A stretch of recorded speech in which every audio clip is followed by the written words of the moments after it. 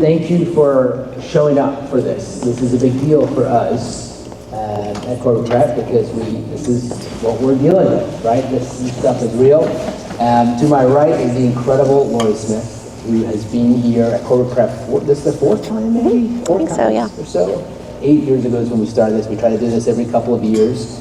And every 2 years, the information is brand new as well, which we'll talk about tonight, because this is so quickly moving. So the purpose of tonight is not to scare you, maybe a little bit, maybe a little bit. And I think the purpose of tonight is to be informed, right? To feel more comfortable with what we're dealing with for our own children. And we certainly feel the pressure on the school side of this too, because it does impact the daily lives of our kids. They're navigating it just like we are. And I think that Lori's perspective on this, from the side of both a parent, but also on the side of the law. She's a practicing lawyer who knows this stuff inside and out, who litigates on cases for schools here in Florida, and for many of the things that we'll see tonight. And Jen, you want to? I want to say one thing. First of all, thank you for being here and for taking the time to be here tonight and to hear the message. We did have this presentation for many of your children that are in 5th through 8th grade. And at Corbett, we are very gentle. And sometimes the things that we need to hear need to be told, and it can get a little scary. So today, we have a couple of those instances where we have the middle schoolers, grades 5 through 8, 10 through 14, they're in here and they're doing the nervous laughing, and then the real stuff happens and it's silent for 15 minutes because the kids, this is just information for them that is real and they're not used to. So I know that I sent an email out, but I just wanted to mention that so that you guys have the opportunity to really kind of dig into this with your kids. And I think that's where the real meaning of this will come from too. Cool. And I will tell you that we are recording tonight. Thank you, Lori, for allowing us to do that. We'll send this out to you afterwards. I know there's many families that wanted to be here, had to be elsewhere. And so feel free to just be yourselves, enjoy, be present with us, and please welcome to the stage, Lori Smith. Thank you. Thank you so much.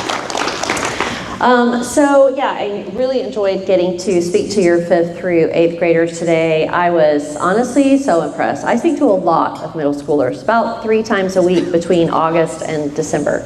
And they were so well spoken. I loved that they stood up, they introduced themselves, they would give me their name, their grade level. They were just so articulate. They asked, we had a good 30 minutes worth of questions, and they asked like some really thoughtful questions. So I was really impressed. The other thing that I was able to do with them, and we'll talk about it on the second slide, is gauge their engagement online. Middle schoolers love to raise their hands or participate and shout out things that they're doing, so that was really interesting. There were a couple points where, and I'll share with you when we get to the relevant information, where they gave me feedback that you need to know about. In fact, one of the most dangerous sites for kids today was hands down the most popular place that they say they want to spend time online.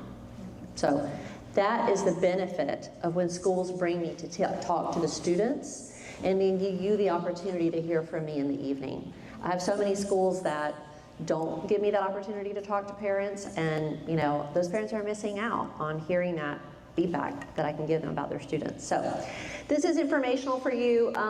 As I said to them, why is a lawyer talking to you about social media? Not because I'm a social media expert by any stretch of the imagination. I, like you, am a parent. I work very hard to try to stay up to date, to try to understand TikTok, to understand how TikTok works. But the reason that I speak to students is because I see the reasons that students get suspended and expelled. I see why enrollment ends. I see why the contracts that you signed are terminated early. And for the last 10 years, social media is involved almost every time. Either there's a social media violation or the evidence behind or involved with the disciplinary matter is on social media. Your kids, my kids, our kids are living a huge part of their life online. And so my encouragement to parents is to parent in that online world just like you parent every other aspect of their world. It starts with this. It starts with the educational piece, with understanding and with parenting with your school. I hope that you realize that, having them bring me in is an investment in your kids. To give me the opportunity to spend 45 minutes and then a 30-minute Q&A talking like really openly and honestly. with middle schoolers, with talking about the really issues that they're seeing online today. So that's an investment in your kid. Not every school does it, but the best ones do. Ask me how many public schools I've spoken at. That would be one, just one. Ask me how many times that sheriffs or school board members have reached out to me. Many times, but it never comes together. Never comes together. They can't. Public schools just cannot do what the private schools do in dedicating the time with students and the resources to make it happen. So I hope that makes you feel good about the educational choices you've made for your kids. So let's jump right in. So where do tweens and teens spend their time online? This is the latest research. This is by the Social Institute, and this is polling middle schoolers and the programs that they do around the country. And so I showed this to your kids, and then I asked them for some feedback. They all agreed YouTube is probably their favorite. That is not surprising. That is in every middle school population, YouTube is wildly popular. Number 2, Snapchat. That should not be as wildly popular with middle schoolers. And I would say there is a smattering of kids today that said they're on Snapchat, but definitely not a large majority. And then Instagram, there were a lot of hands that went up to say that yes, they enjoy Instagram. Seems to be popular with girls. Much more than boys. TikTok, there was a lot of responses of yes, they like TikTok or they're on TikTok. There were also several people who, when I asked, do any of you stream content, that said they stream content on YouTube. And I heard a couple people say that they stream gaming content. Then Be Real, I think we were down to like 2 Be Real users. That's definitely what I've been hearing this year. That's sort of fading out, losing popularity. And that's consistent with what market share reports are too. It's kind of fading into oblivion. And then we got to Roblox, and virtually every hand in the room went up. And then when I said, would you guys be surprised to know that cybersecurity experts say that's the most dangerous place for you to be online today? They were shocked. I will share with you in this presentation why that's true. So, and then I heard a few smattering of others. I asked how many were gamers. A pretty good percentage of the students here raised their hand and said that they were gamers. They mentioned Fortnite, Minecraft, and then, a smattering of other games. So there was definitely a lot of interest in gaming, or saying that they consider themselves gamers. Okay, so what are they doing on YouTube, since that's the most popular platform for middle schoolers? Over half or up to half are gaming. And then, as my son has explained to me, watching other people gaming. I don't understand the appeal of that, but apparently that is a thing, to not game yourself, but just watch other people playing games. And then after that, it would be tutorials, prank videos, challenge videos, and then YouTube Shorts. YouTube Shorts kind of falling out of favor, typically popular with older students. And then you see the watch percentage, if they are on YouTube, they're watching, they're spending up to an hour watching content, but the same would be true of, say, something like TikTok. So now we've talked about where they are. I'm going to show you a sampling of what your kids saw today. So we're going to talk about the most common mistakes that tweens and teens make. And this is based on what I see in my practice representing schools, as well as, following news reports and just what's happening around the world. So number 1 is online challenges or pranks. These used to originate on YouTube. Now they definitely originate on TikTok. In the past, they've been silly things. They've been things that could result in someone getting hurt. But the one that has been popular for the last, I would say, about year and a half is probably the most concerning one to date, and it's the door kicking challenge.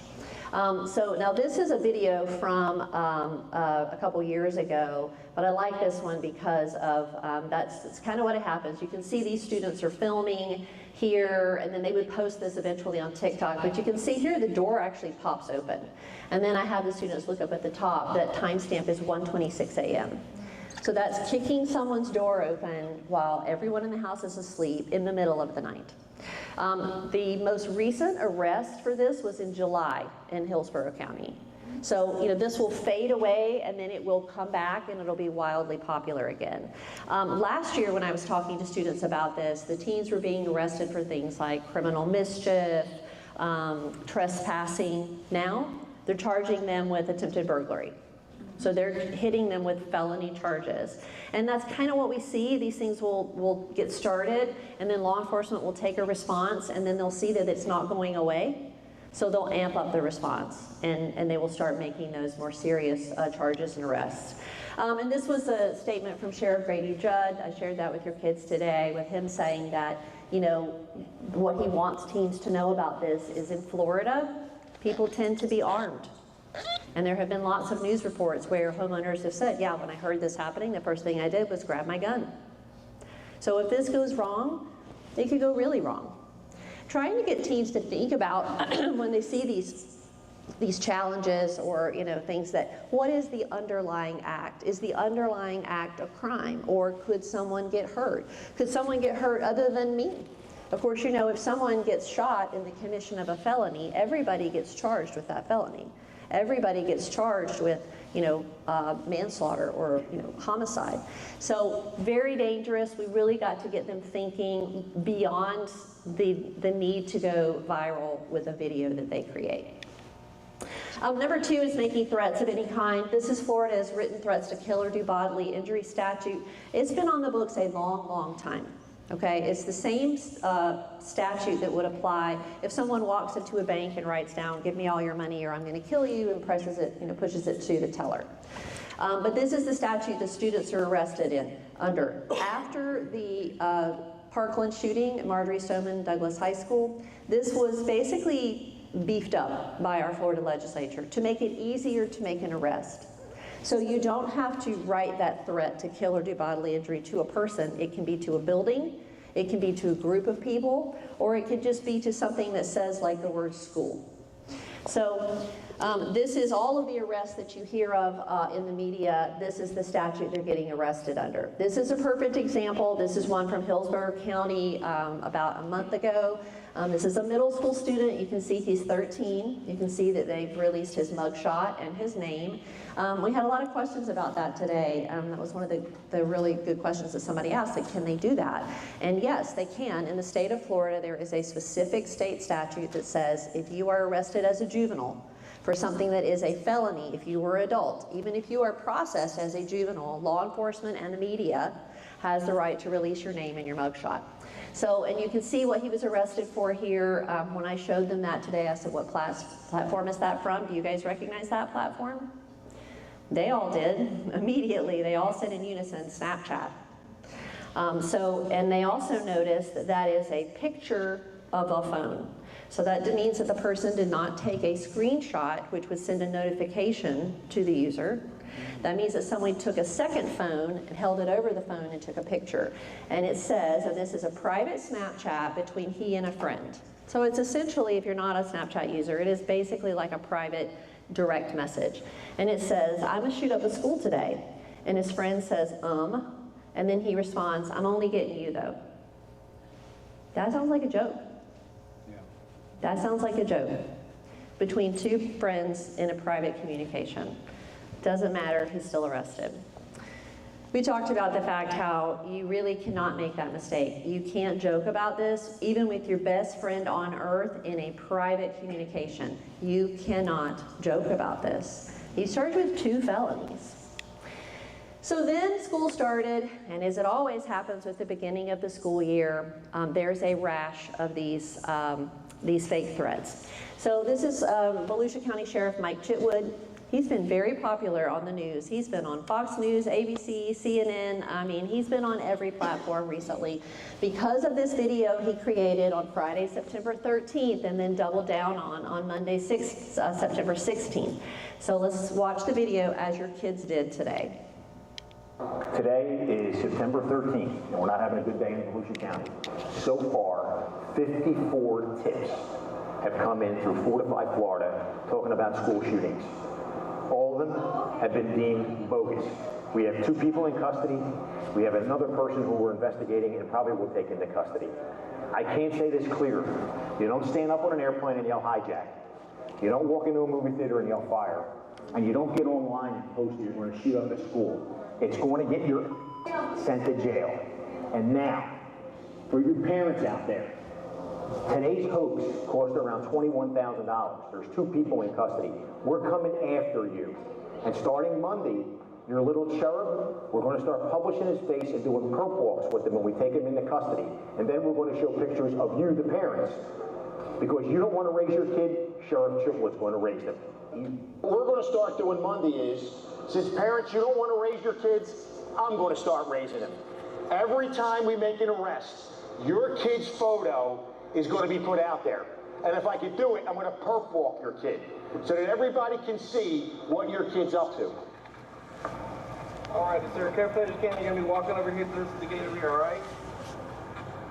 Come on, what's steady? What you here for today? So this is the 11-year-old 5th grader that he arrested on Monday the 16th. Follow the deputy here. Right this way, young man.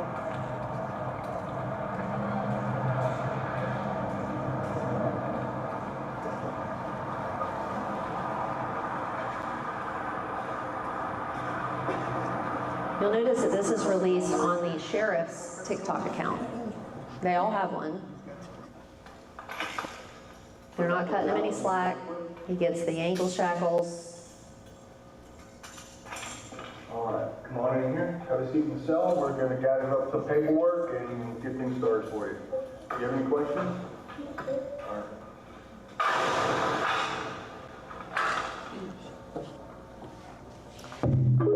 So he is processed, he's at the regular adult jail right now. Sometime later that day, he would have been processed and transferred to the Juvenile Detention Center for Volusia County, so the JDC.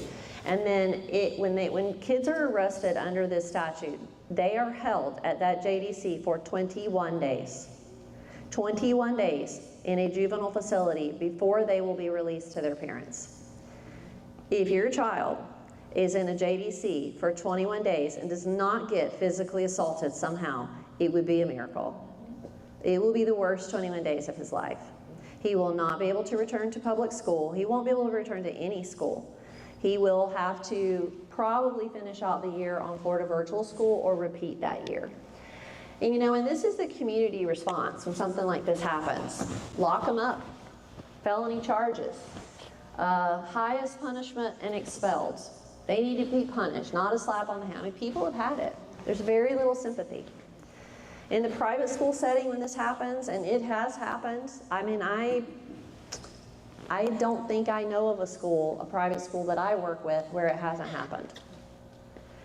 It's an expulsion, and then there is nowhere else that they are welcome to go.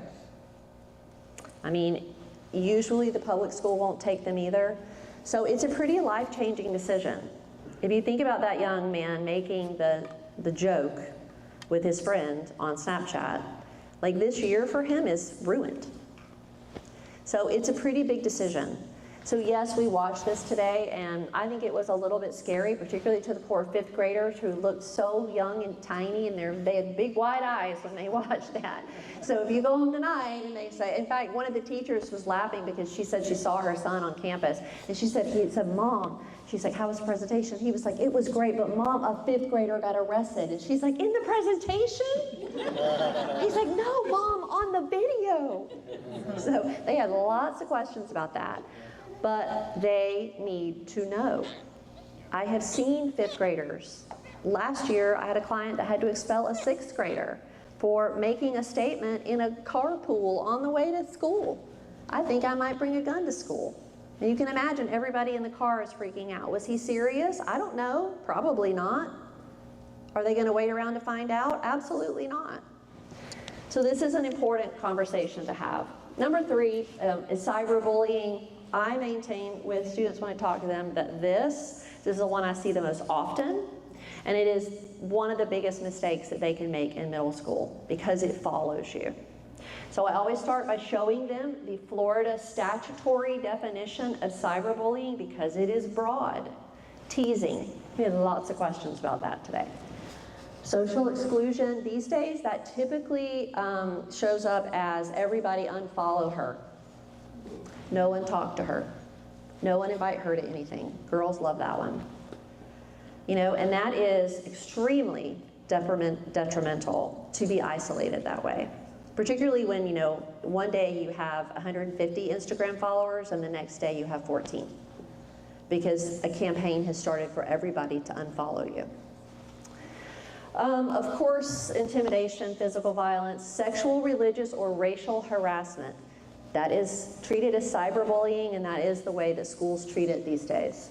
And then public humiliation, that's a big one I see. In middle school, that typically takes the form of a photo or video that is very embarrassing or humiliating to the victim somehow, and then it's maybe either disclosed privately or it's taken without their permission, and then it's shared within a school population. Those things spread like wildfire. You never get them back. Very often, most often what I see happen is they make their way through one school and then somebody sends it to their friend over at public middle school, and then, I mean, forget it, it's gone. Like, it'll just never stop being circulated. Absolutely devastating. If it's really mean, if it causes an injury or includes a threat, it can be bumped up to cyber stalking, and that's when it becomes a criminal matter. So we talked about that. Now, because it's cyber stalking, it does not have to be what you think of as traditional stalking, where there's an intensity and a frequency. Even one instance of cyberbullying can be bumped up to cyber stalking. So there's been a really interesting case where that played out, that's been playing out over the last few years, and involved this young man, Mitchell Miller. Now, Mitchell Miller was a really outstanding hockey player, but what he did, he was also kind of a bully at his school. And I actually spoke at a school last year where someone came up to me afterwards and they're like, we know him. And he was a bully. He was a bad guy. He was bigger than all the other kids, and he had chosen a victim within his middle school that he was bullying in lots of different ways, physically, and then also cyberbullying. But so he decided to sort of amp things up one day. So here's what Mitchell Miller did when he was 14 in 8th grade. He took a lollipop and he went into the boys' bathroom and he rubbed it in the urinal. And he took a video of that with his phone. And then he comes out and he goes up to the victim and he gave it to the victim, and he took a video of the victim eating the lollipop. And then he put that together, and then for maximum impact, he shared that with his entire middle school. So he had also chosen his victim very carefully. He made sure that he chose somebody that was really vulnerable. He was a special education student at the school. He was also a student of color, somebody that Mitchell Miller had racially bullied and harassed as well. So the victim was devastated. He also had to undergo testing for like the next 6 months to make sure that he hadn't contracted some type of dangerous bacteria. So that was deemed an injury. So Mitchell Miller, at 14, was charged not only with his school, I think he had a 10-day suspension, but he was also charged with criminal cyber stalking because it caused that injury. So very similar statute to Florida's in the state of Ohio. So flash forward, he continues to be an incredible hockey player. He gets a position on the college hockey team at the University of North Dakota. And then, because he's so incredible, in the second round of the NHL, he goes in the second round of the NHL draft in the last part of his freshman year. So he's 18, he's a freshman, and he just went in the second round of the NHL draft. As I shared with your kids today, when something good happens like that, when there's a really talented young 18-year-old player, sports writers are interested in that. And they want to know, wow, what's his story? So they started Googling him. They wanted to know what his story was. And all of those news reports, newspaper articles, TV reports of the cyber stalking charge come up. And so they report on that. And they're like, wow, well, apparently Mitchell Miller was a middle school bully. And the first thing that happened was the Arizona Coyotes relinquished their draft rights. They took a pass. And then the next thing that happened was the University of North Dakota hockey team said he's no longer a member of our team. And then under intense pressure from the University of North Dakota, he withdrew from college. And that's generally the way it goes. Can they kick you out for something you said? But there was so much pressure, and his school community, his college community, had now become very unwelcome. So think about that for a minute. A mistake made in 8th grade takes a college opportunity and a professional opportunity off the table. That is stunning to me. But the story wasn't over. In November of 22, he had been in the European leagues, he had been in the Canadian leagues, he comes back to the US and he signs with the Bruins. And then immediately the story breaks again. Look at the quote from the Bruins captain. We want guys to wear the jersey that are high character with integrity and respect. The NHL commissioner says the entire league is off limits to this guy. An entire sports league. Nobody will touch him. I submitted to the kids today, and I say to you that I think that's because it speaks to the nature of cyberbullying. It suggests a character flaw. Like if it makes you feel so good to make somebody else feel so bad, people don't want you on their team. They don't want you to wear their jersey. They don't want you to represent their brand. They don't want to work with you. And it follows you. I see all the time, you know, somebody will reach the pinnacle of their sport, their career, their art, and then somebody will surface and say, oh, I went to high school with them. Yeah, let me tell you what they were like in high school. They were a bully. She was a mean girl. Oh, let me show you this text message where they use the N-word. Happens all the time. It's a cautionary tale. We talked about risky online behavior. Because we had very young students in the room, we kept this very age appropriate today. So we talked about oversharing, giving too much personal information, even posting pictures of themselves in their corporate prep shirts. I'm like, you know, that's basically telling someone like, hey, guess where I'll be every day from 7:30 to 3:30. So really starting to think about that. Sharing nude or suggestive photos. You know, we talked about keeping private parts private and not releasing those images, and that when you do, they're really hard to ever get back. And you might release it to someone privately, confidentially, but what if there's a violation of trust? What if, you know, relationships end, friendships end, and then someone who has that image can release it and it can be embarrassing to you and you can't get it back. So we talked about that in very, very general terms. And then we talked about talking to strangers online.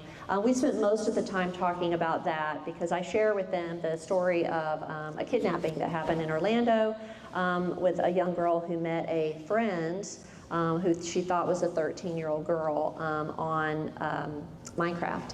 And that turned out to be a 24-year-old sex offender. So we talked about that. I showed them the mugshot. It's horrible. You know, they're horrified by the very idea of that. But that's, again, to get them thinking about stranger danger. And I even used that. I was like, you know, how many of you, your parents talked to you about stranger danger? Lots of hands went up. And I said, when I talked to my kids, the strangers were in the mall or the toy aisle at Target, you know. And I'm like, but where are the strangers now? And they all in unison said online. They know the strangers are online. Interestingly, I also asked them, how many of you have received messages from people you don't know? And virtually every hand went up. You know, Instagram has just made some changes to that, but if your child has an existing social media account, there is nothing to prevent strangers from messaging them. And particularly if they are a gamer and they're meeting people online, they're playing with them, it is very likely that they are getting messages from people that they don't know. So I'll share with you a little bit about sexting. We did not cover sexting today because of the younger ages being in the room. Florida has a sexting statute, so taking a nude image of yourself and sharing it to someone else who's underage, as long as both people are under 18.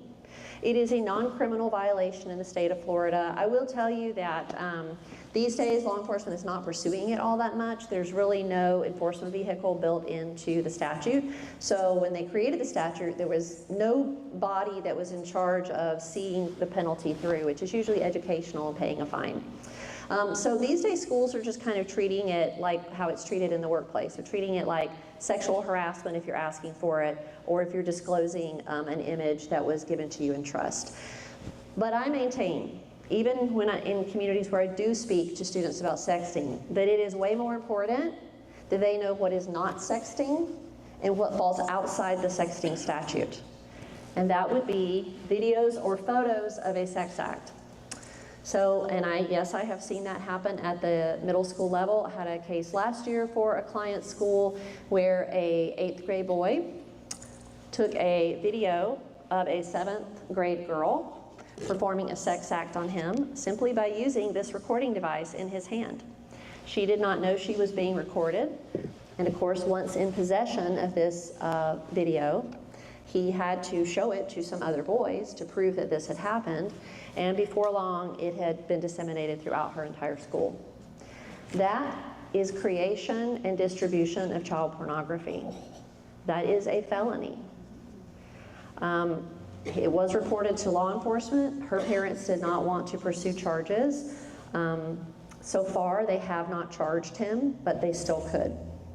So it's really important that your older students know about that and that you have these conversations with them. Threats, coercion, or intimidation to get images, that's outside the statute. So when does it become coercion? If you ask more than once? How about when you say, like, come on, you told me you were gonna send me the nudes. Like, I thought you were cool, when are you gonna do it? Like everybody else has done it, you're the only girl who's not doing it. Like at some point, starts to look like coercion. Transmission or stockpiling of multiple images. There has been a database case in Tampa where public school boys were running a database of nude images. To get access to the database, guess what you had to do? Produce a new nude image of a girl that wasn't already in there. When they were busted, they had 200 images of local high school girls in the Tampa area. That is not sexting. Those were charged as felony child pornography charges. And then possession by those 18 or older, we had that case in Orlando. That was an 18-year-old boy who had a 16-year-old girlfriend. She voluntarily gave him a topless image of her that, during their relationship that she was okay with taking. They had a breakup. He was angry. He took her phone, took that topless image and sent it to everyone in her contacts list. So he was charged with initially 200 counts of transmission of child pornography because she's a minor and he's an adult. So an adult in possession of nude images of someone under 18 doesn't get the benefit of the sexting statute because that's only minor to minor. So those child pornography charges also carry a pretty stiff penalty, and that is sex offender registry. So in that example of the 18-year-old from Orlando, you can look up his mugshot. He's been in the sex offender registry for over 10 years now. And that has some pretty serious implications, like never living on a college campus. Just try renting an apartment. I'm at the stage of life where I'm signing leases for both of my children. And one of the questions is, have you ever been charged with a felony? And are you in a sex offender registry in any state? They just won't be able to. Never be a teacher, never be a police officer, probably can't go in the military, never work with children. It's a pretty serious mistake. All right, gaming sites, let's talk about that. All of these sites have been related to crimes against children. The most recent one is Roblox. That case, kidnapping in New Jersey, was last October, so October of 2023. That kidnapping happened where he had met the girl on Roblox. So this was an interesting video I found. This is a company that makes a phone. It's called the Gabi phone, and it's like a limited phone that for teens that's supposed to be safe. It doesn't have a camera. It doesn't have connectivity. It's for younger teens for them to be able to call. So these are the cyber security experts who work at Gabi. So let's listen to what they have to say in answer to this question. Hey Cooper, as an online safety expert, what's one video game you've never let your kid use? Grand Theft Auto. What's one video game you would never let your kid use? Probably Roblox right now. What's one video game you've never let your kid use? Fortnite. What is one video game you would never let your kid use? Roblox. Hey Holly, Hi. what's one video game you wouldn't want your kid to use? Roblox. What's one video game you would never let your kid use? I'd probably say, well, not a video game, but I would say Discord, probably. Any parent who lets their children play Roblox does so at their peril. I think Roblox may be one of the most dangerous games that are out there for young children. I'm talking kids under the age of 12 or 13.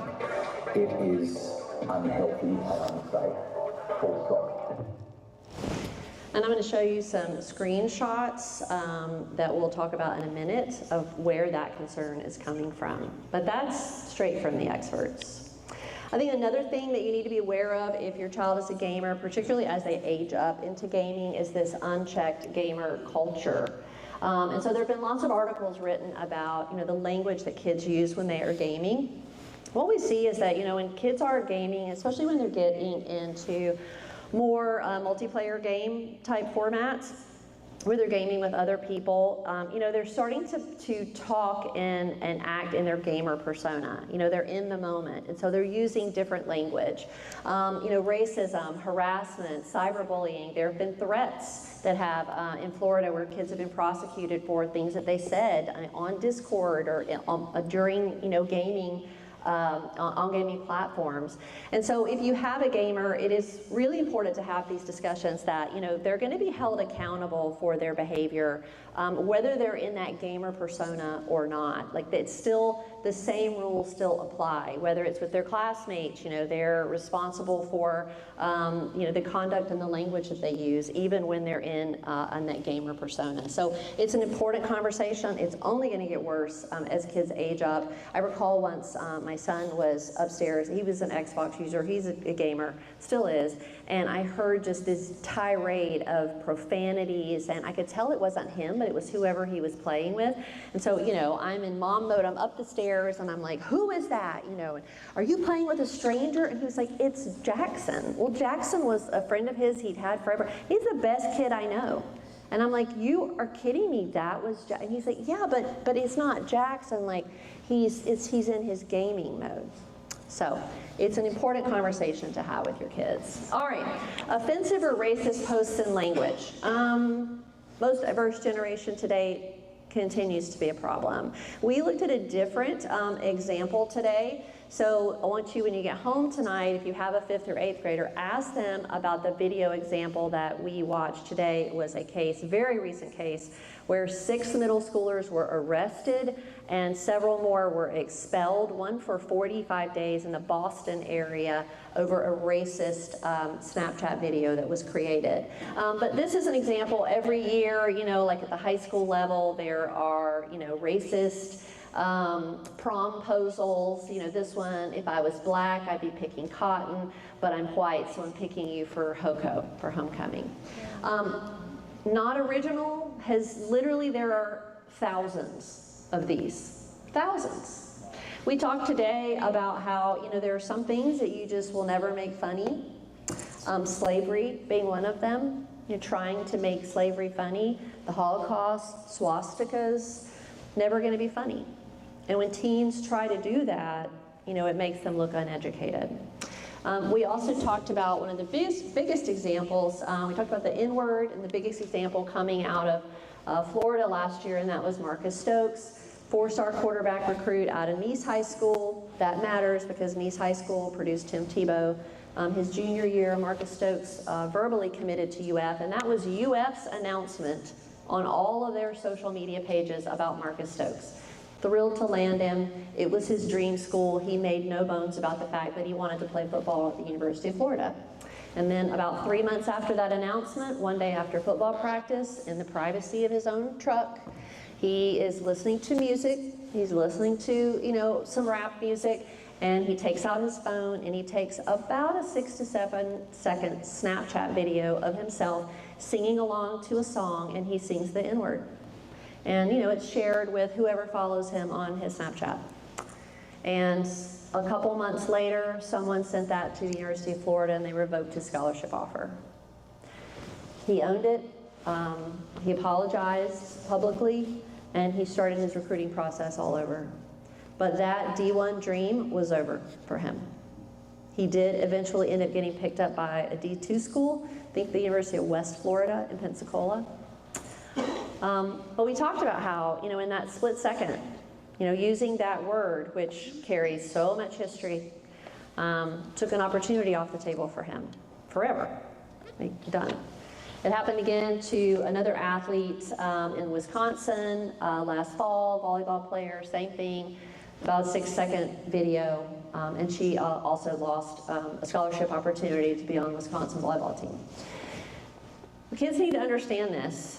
And they need to know before they have the opportunity to sing that song, to post those lyrics, to you know, use that language in a text thread. They really have to think long term about that, and you know, be able to do that when they're in the moment with just them and their phone. Okay. So now that I've told you some of the horrible things that can happen to your children, what are you supposed to do about it? This is the point where we transition. Your kids saw like 10 mistakes today. And this is the point where we transition to what you can do about it. I am a big believer in continuing to talk about social media, using examples that are in the news. You know, when you see the story of Mike Chitwood arresting a 5th grader and an 11-year-old, that's fantastic dinner table conversation, you know? Pull your phone out and say, oh my gosh, did you see what happened today? You know, can you believe this? Using those examples. All the research says that you are still the single biggest influence in your child's life. You are. And sometimes it will feel like they are not listening to you, but they are. So there are some great documentaries you can watch. All of those listed there are super interesting. Social Dilemma, probably better for your older teens.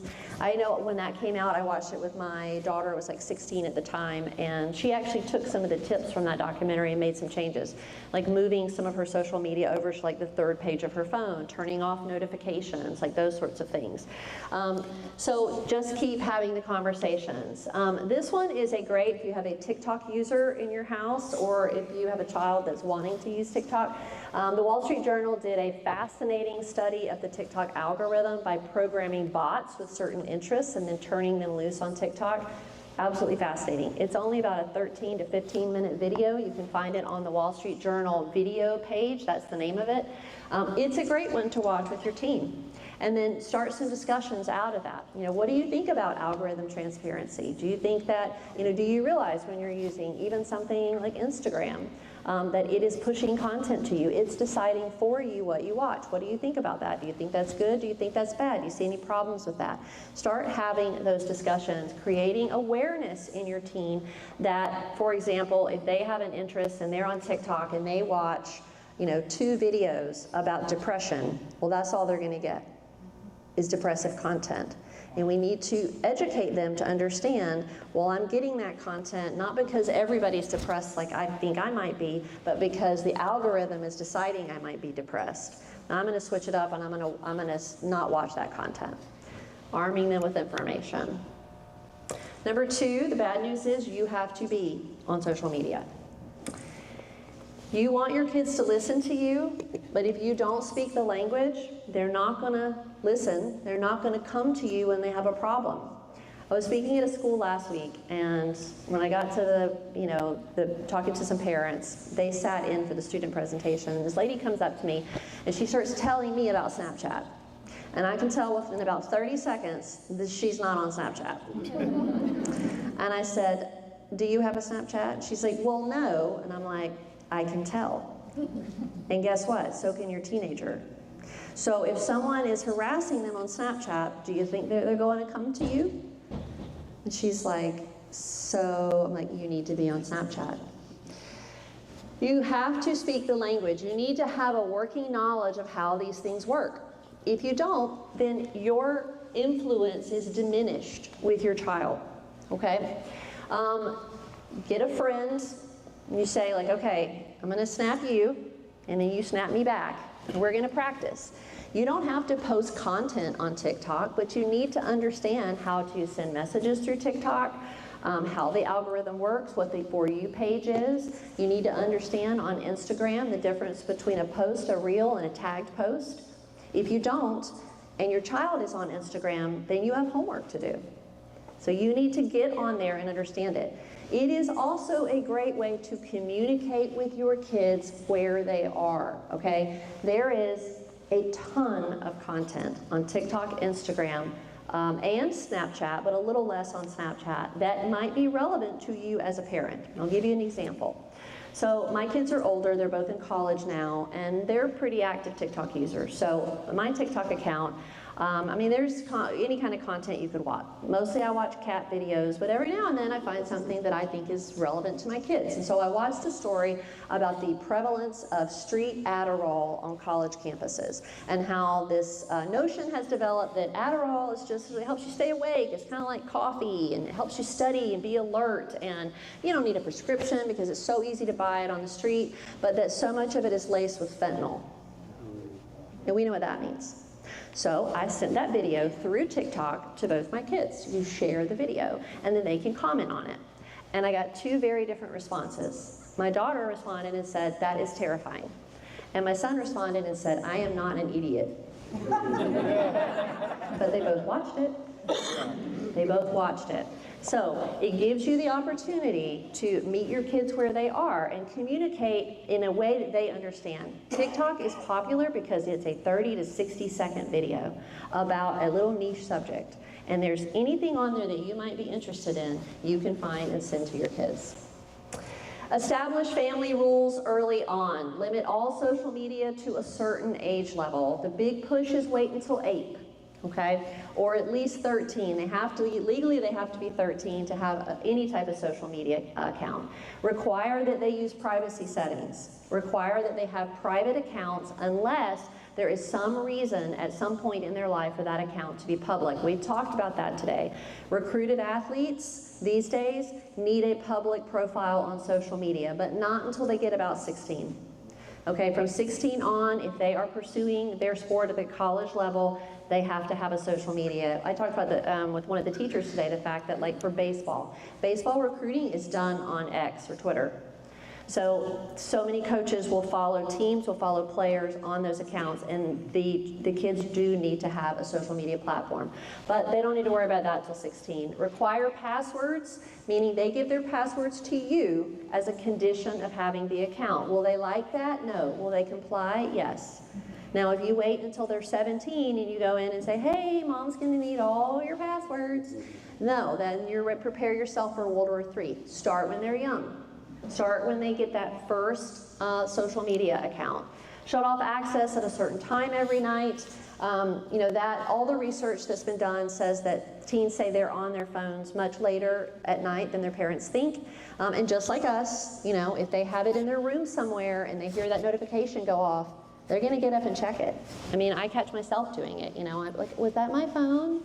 And let me just go peek at it. Let me just go see who it was. So I really recommend that you have a place that all phones go at night so that they're not in their rooms.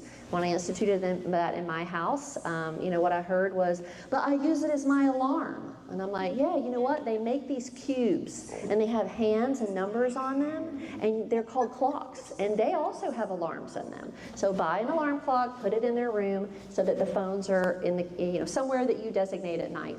That is also your opportunity in a non-confrontational way to pick it up and look at it, which is better than any monitoring software or program that you can invest in.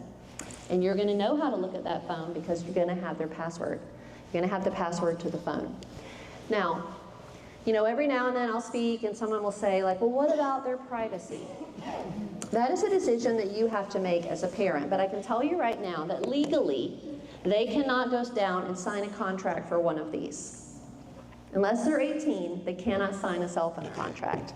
So legally, that phone does not belong to them. That phone belongs to you.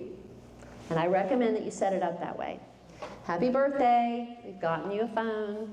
You're in 8th grade now, but this is my phone that I'm giving to you to use as long as you do so responsibly. If you make a mistake and if you're irresponsible with this phone or you violate any of our family rules, then I'm going to have to take your phone away. And let me tell you, there is nothing more powerful than taking a teen's phone away. Okay? That is powerful because it is soul crushing. It is disconnecting them from the world that they want to be a part of. But it will also bring about their compliance, and then as soon as they've convinced you that they can be responsible, you can give it back to them. So create a limited right of privacy. So this is the kind of thing that I would use to get those passwords. Pull it out once a quarter, a couple times a year. You put the account, you need the username or the email that they use to set it up, and then you need the password. And make sure that when you get to Instagram, you ask about their main accounts and also their Finsta or their spam account. Now they're going to think that you're a genius that you know about that. But I can promise you they have more than one Instagram account. I've heard some of my friends will say like, "Oh yeah, my son, he's not really into Instagram, he has an account, but he only has 3 pictures on it." Well, that's because he has a spam account that he doesn't let his mom follow. And that's where he's, posting the middle finger and profanity and not worrying about the pictures being curated because that's smaller and he only has his friends follow that. So you want to get all that information, and then if you need to check one of these accounts, you have the login information if you need it. And then of course you always want to make sure that you have the passcode to your phone that you've allowed them to use. And you can also just say no. As I said, the big push is wait until 8. This is a big movement that I'm trying to get parents to wait until 8. I would say that of the schools I work with, do they wish that parents would wait until 8th grade to give kids phones? They absolutely do. Are they allowed to have phones during the day? No.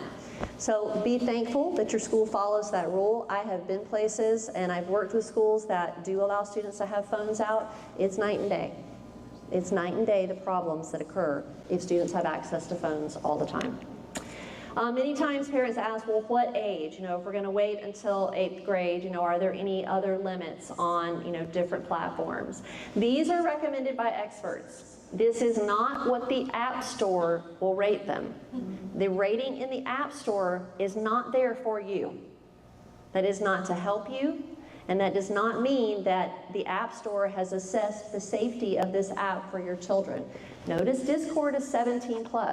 Discord has been linked to human trafficking cases right here in Tampa. Probably some of the most horrific human trafficking cases on Discord. It is not a place that people under 18 should be. If a predator is looking to connect with boys, young boys, and to groom them, that's where they're going. Snapchat, 16+, TikTok, 14+, and then look at Roblox. The reason that Roblox has multiple ages attached to it is because of the user-generated content. I'll show you that in a minute. So here's one to hold out on, Snapchat. There are a couple of reasons to hold out on Snapchat. One is the commercial content that is pushed to the user. That I think now if you set up, they do have some parent controls, that if you set up the account as the parent and you set the parental controls, you can filter some of this out. But you have to send your child an invite and have them accept that and then be subject to the parental controls. But it is very adult content. So, I saw lots of hands that were raised today of kids that had TikTok. So unless you're 11 or 12-year-old, if you're ready for them to receive this information, they should not be on Snapchat. This one right here, this how to hook up, if you clicked on that, that would open up a full multi-page, full color, basically guide to foreplay. Now, in response to parent complaints, though, they did add that handy mature content warning sticker up there. So the kids know not to look at that. Yeah, that was their solution. So this one might be worse, so Roblox. So Roblox allows users to create their own Roblox content rooms to invite users into. Now, many of these will be called sus accounts, S-U-S, short for suspicious. So if you're interested sometime, I can't show you the videos, but if you want to go on YouTube and just Google Roblox sus accounts. Generally, they will require you to pay a fee to come into them, or they will require you to verify your age. And so they will approach a user in Roblox and say, hey, how old are you? Would you like to come into our special room or our secret room? A student actually asked about that today, and she said, and it was a 5th grader. Were the 5th graders up front?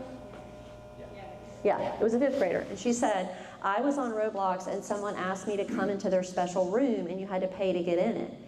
And she said, and they also asked me how old was I and to give them my email.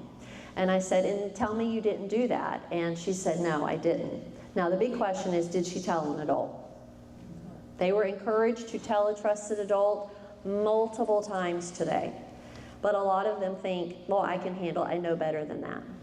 But these are screenshots from sus rooms. As you can see, that is a woman wearing a Hooters crop top and basically like dancing provocatively in that room. This one here is basically a full-on orgy. Now, they're characters, naked characters, doing what people do at orgies, but that's what's happening there. This one is really concerning. That hurts daddy. Let me put it in slowly. These are set up for grooming. And this is why Roblox is such a dangerous place. Now, when they're invited into these rooms, they really don't, you have no idea what they might see. And again, that's why Roblox is rated 17 plus for user-generated content. It is not a site you want to just turn your child wild on, or turn them loose on, out in the wild.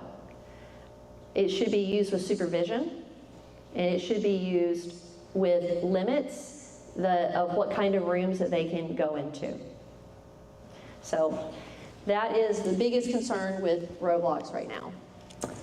One of the new things with Instagram, I think last week they announced their new Instagram teen accounts. All good changes. This was in response to, the Facebook whistleblower who came out, just about 2 years ago and testified before Congress and said, oh yeah, we know it's terrible, especially for, adolescent girls, but they did nothing about it. So this is kind of in response to that. So now you can set up a teen account. So under 16, it will default to private unless the parent overrides the parental controls. 13 to 17, they can't get messages from adults that are not in their contact list. But to do this, you must have an Instagram. So that's step number one. And then this is how you set up teen supervision. If you go to, if you Google Instagram teen accounts, Instagram has set up a very user-friendly website that explains all of it. There are videos on there about how to set it up, but again, you have to create an account. You're sending a request to your teen. They accept the request, and then you can set up their account as a teen account with all of those protections. Is it good? Yes. Is it fail-safe? No. I will show you, if you want to stick around at the end after our Q&A, if you are going to allow your child to have their first account, I do recommend Instagram as the first one. Not because it is any safer than anything out there, but because it is incredibly easy for you to monitor without doing any of that. So that's what I would recommend, and I'll show you how to monitor that at the very end. And the other thing I wanted to say about Snapchat is not only is it the mature content, but it is impossible for you to monitor. And it's why it's so appealing. And I don't care what, there's all kinds of clickbait out there. I see bark ads all the time, and it'll be bark, and it's a girl in a dark room, and her face is lit up with a phone, and it says, do you know what your teen is doing on Snapchat? No, and neither do they, because they can't monitor Snapchat. That is just clickbait to get you to buy bark. So when you decide to let your child have a Snapchat, they should be the age that you trust them, that they have demonstrated some maturity, and that you're saying to them, okay, I can't monitor this, so this is on you. If you make a mistake, you have to take responsibility for it, so I'm trusting you to make good decisions. The biggest thing you can do is look periodically at their phone. Nothing beats you looking at their phone. What kind of pictures are they taking? Who are they communicating with? Who do they get calls from? Who do they get text messages from? Are they in any of those big group text threads? Who are they DMing on Instagram? Do they have Snapchat? You said they couldn't. Do they have it yet? Nothing beats looking at their phone. Anybody read The Anxious Generation? I've just started it. It's written by Jonathan Haidt, who is a, I should say NYU social psychologist and an author. He has some pretty strong opinions. He says no phones, no social media to age 16. So let's listen to his explanation about why he thinks we have this anxious generation. Something happened in the early 2010s, and my argument in the book is a tragedy in two acts. The first act is the loss of the play-based childhood. You were out with your friends after school. There was nobody supervising you. You had to learn how to work out conflict, how to face adversity. So that's what kids have had for hundreds of thousands of years. Part of being a man, when you play, you develop skills. We began to crack down on that, to lock kids up in the 90s, to not let them out. So we're restricting what they most need, which is play, from the 90s through the 2000s. But mental health doesn't collapse then, it's actually pretty stable. Then we get Act 2, which is the arrival of the phone-based childhood. And what that is in 2010, everybody had a flip phone.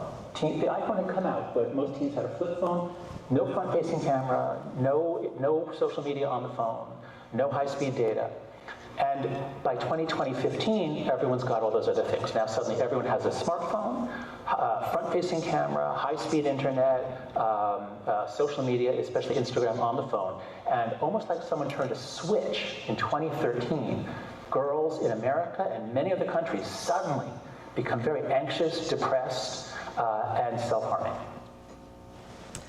So that is his theory of why we have developed this anxious generation. He's got lots of great content out there. You can follow him on social media. He gives lots of great tips. He has a TikTok, an Instagram, and a Facebook where he posts a ton of content discussing this, talking about what he's doing to advocate for controls by social media platforms. So the other big news in the mental health stand up front was this big report that was released last summer in 2023, Social Media and Youth Mental Health. So this was an official U.S. Surgeon General advisory.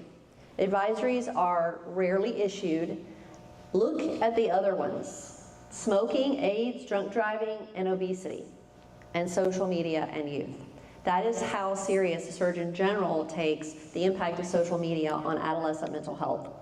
So they did give the report. It was about 19 pages. There were tips for platforms, things they wish platforms would do, tips for students, and also tips for parents.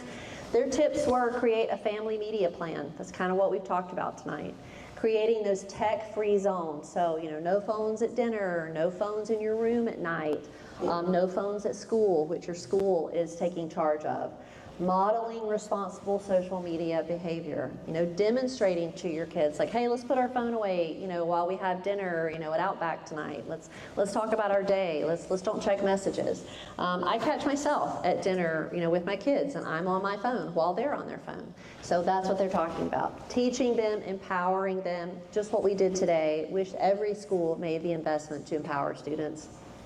Reporting cyberbullying. If you know your child is the victim of cyberbullying or is in a situation like that, school can't help you until they know about it. Sometimes parents are reluctant to report because they're afraid it'll make it worse, or they're afraid that their kid will get punished because the parent tattled. You have to report it, and then work with other parents to establish norms. Sadly, that's the hardest one. That's the toughest one. I wish it was easy to say that, yeah, you can just call up the other parents and say, hey, what are we going to do about that big 4th grade text thread that's going on where people are getting harassed and bullied? And unfortunately, that's probably the hardest one. But I still encourage parents to work together, to stick together, to try to resolve some of these things. And lastly, I would encourage you to just be the parent, like you are in every other aspect of their lives. For some reason, I think there's sometimes a reluctance to parent their use of the phone, or to parent them online, or limit what they can do, and you shouldn't be afraid to do that. They are living a good percentage of their life online, and you should parent in that world just like you do in this one. So I'm going to stop there in case anyone needs to leave. Thank you for being here tonight, but I will stick around to answer any questions. And if you want to see how to monitor text messages privately, or how to monitor Instagram from your own device, I have slides that I'll share that, and I'll also show you on my own device. That was the tip I told you, where it's really easy to monitor Instagram from your own phone without your child knowing, if you choose to do it that way.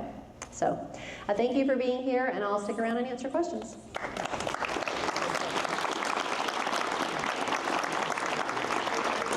have a question. Yes, ma'am. How do you deal with, like, when every kid has a phone and your kid doesn't? How do you deal when every kid has a phone and your kid doesn't? Yeah, unfortunately that is tough. So I think you just have to have those honest conversations with them. You don't have a phone because we want to protect you. You're going to spend your whole life having a phone and almost feeling like you're a slave to it sometimes. So right now we want you to enjoy childhood, and we want you to trust that we're doing that for your benefit. And then maybe set a goal. I think some parents have said that's been successful, saying like, but when you finish 8th grade, we're going to get you a phone.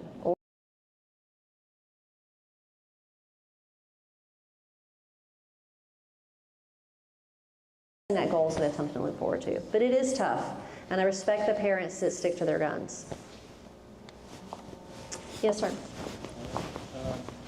Maybe more of a comment, but I think as parents, I think it's incumbent upon us to understand the nature of some of these applications, right? Like Snapchat was initially designed to have ephemeral messaging, so the messages will just immediately go away. I tried using it. It was so weird that I'd make a mistake and the message would be gone. I'd be like, oh, you have to send it back because I messed up and it's gone.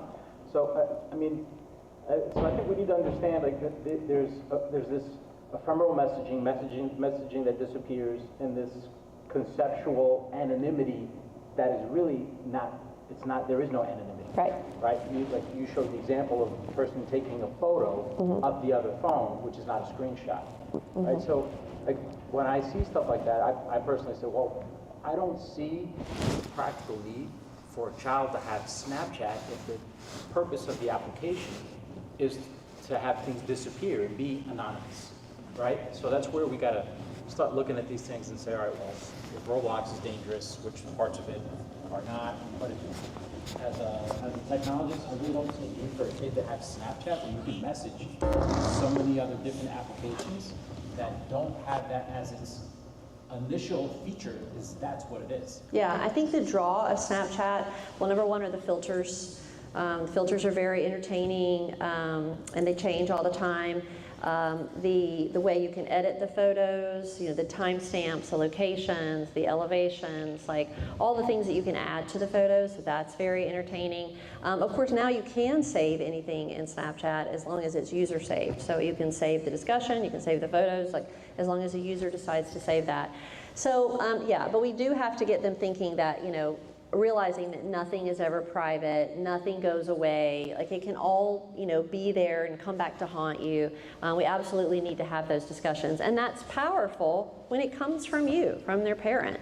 And there's, every week in the news, there's an example, every single week. Yes, sir? Yeah, I know that you said that Bark doesn't work, or Snapchat and some other stuff. Is there any other application that monitors the phone of the kid and can give you some information? I remember that some time ago I heard about Covenant Eyes. I guess this is for quitting porn. Yeah, no, there are some good monitoring programs. Covenant Eyes is one. I mean, Bark does a good job of monitoring a lot of applications and the phone itself, like the text messages and things like that, but it cannot monitor Snapchat. So that's a reason to wait until you feel like you don't have to monitor your child as closely. I do think Bark, Covenant Eyes are both good ones. I don't endorse any particular platform because they can get expensive. They also go away. They work really great one year, and then there's a phone update, and then they don't work. Years ago, I used to endorse one called TeenSafe. I thought it was great. I used it myself, so I could speak about it. And then one update later, Apple decided that it wasn't getting enough of that action, so it basically blocked the entire app. App had to completely pivot and do something different. So, yes, there are some good monitoring software programs out there. Yes, ma'am. So it's more of a comment because a lot of the stuff you said, I'm a criminal defense attorney here locally, so I just wanted to let the parents know that everything that you've talked about, I have had clients charged with all of those offenses. I actually currently have clients who one was 13 years old. She was charged with possession of child pornography, not realizing it, because what they did was, we had the exact same scenario. A boy videotaped a girl doing some sex act in a store dressing room. Yep. Sent it to a bunch of the kids in a private Instagram group. All she did is she got it and she forwarded it to another kid, and she got arrested and charged with it. Yep. So that happened.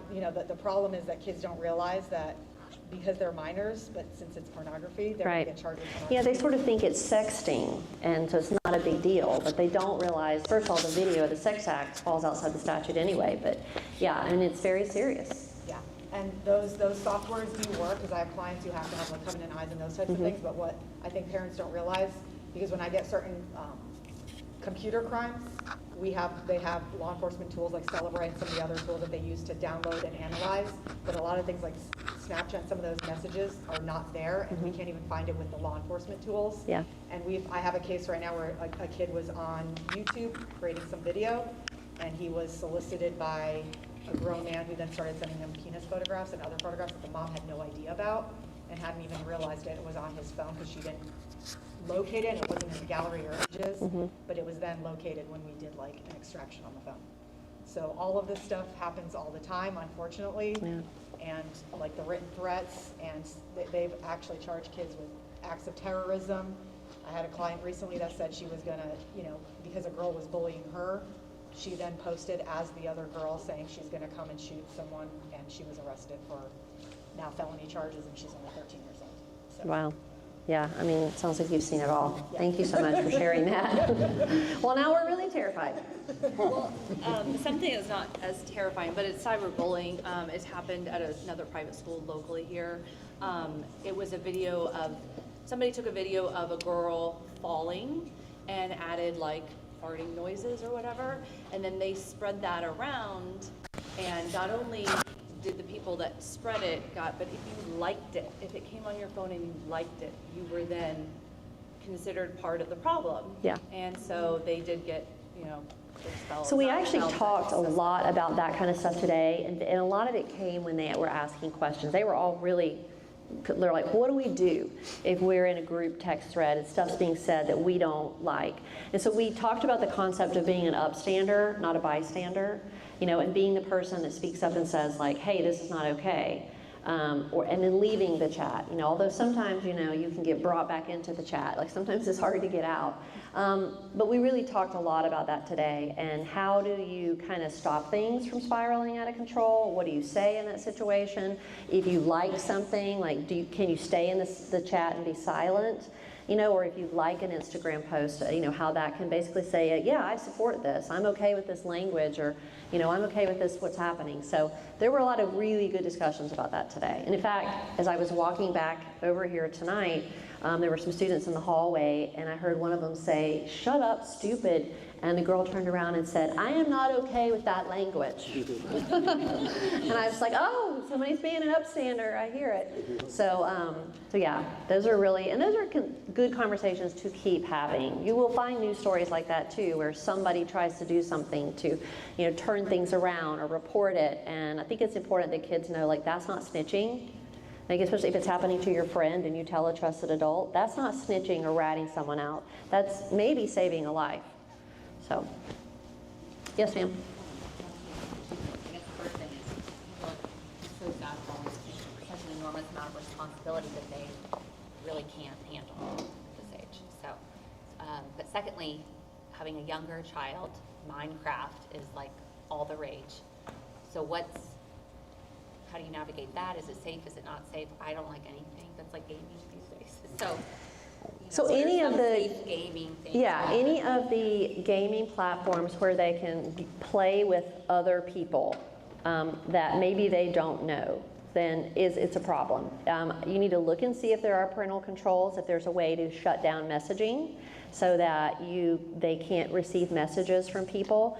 But what generally happens is they get messaged somewhere, they build, you know, a relationship. All this human trafficking, and, you know, Florida top 3 state for that, the kidnapping that I shared with them today, all of that happens because they built a relationship with someone, usually a friendship. I mean, and the predators invest time in making it feel like a real friendship. And then they say, hey, do you like Minecraft? Let's go play Minecraft. Well, now to the child, they're like, well, this is my 13-year-old friend.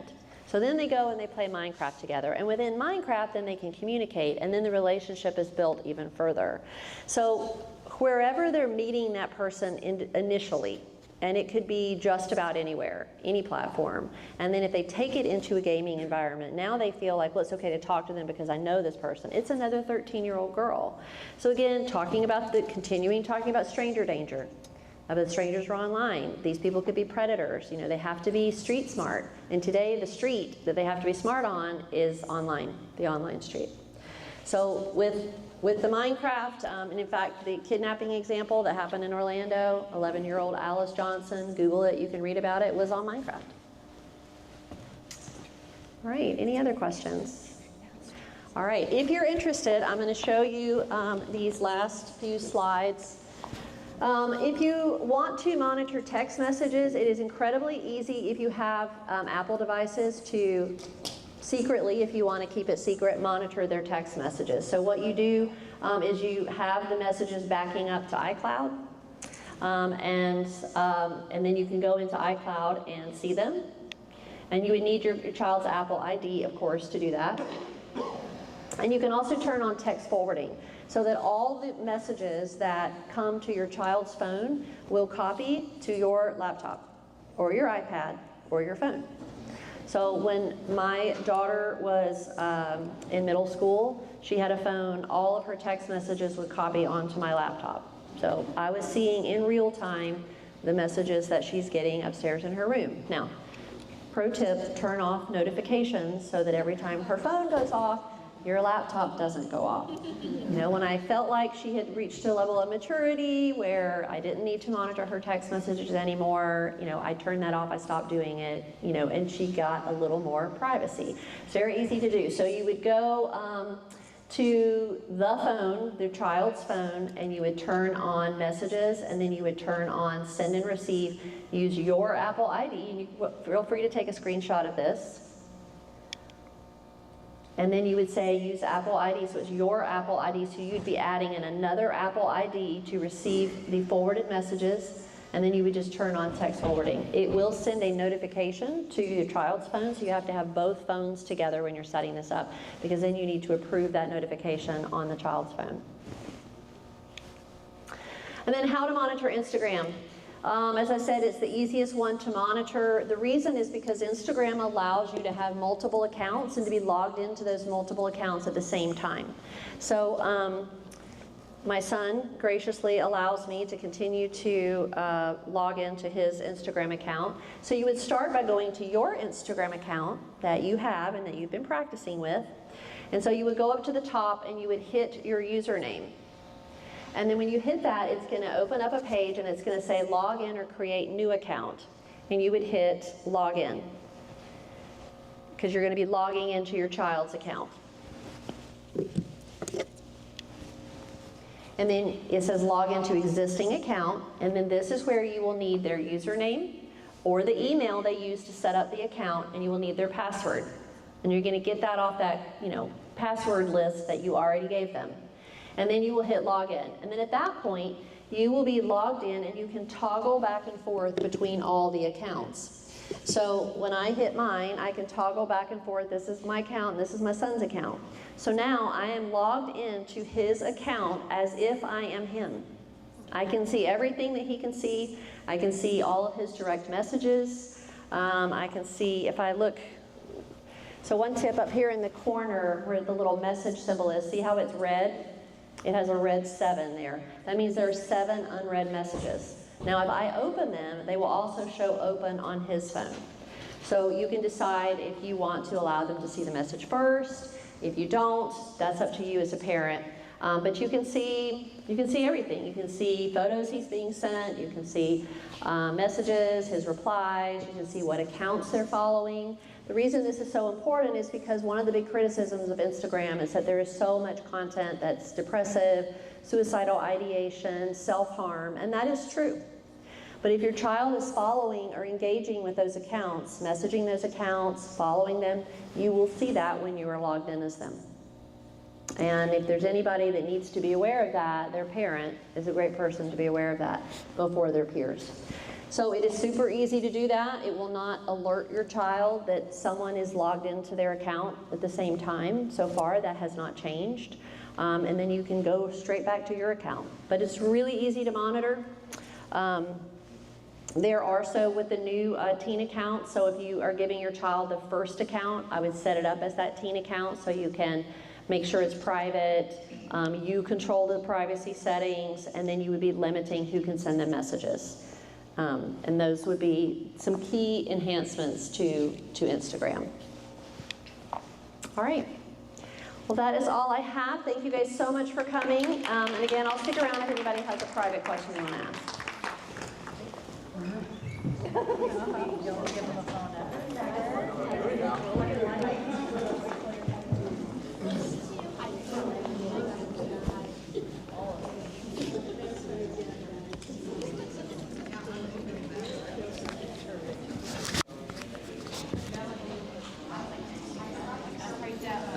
How are you? Yes, how are you doing? Good. Thank you so much. It was Oh, thank really you. Thanks for being great. here. Yes. Where's there? Is that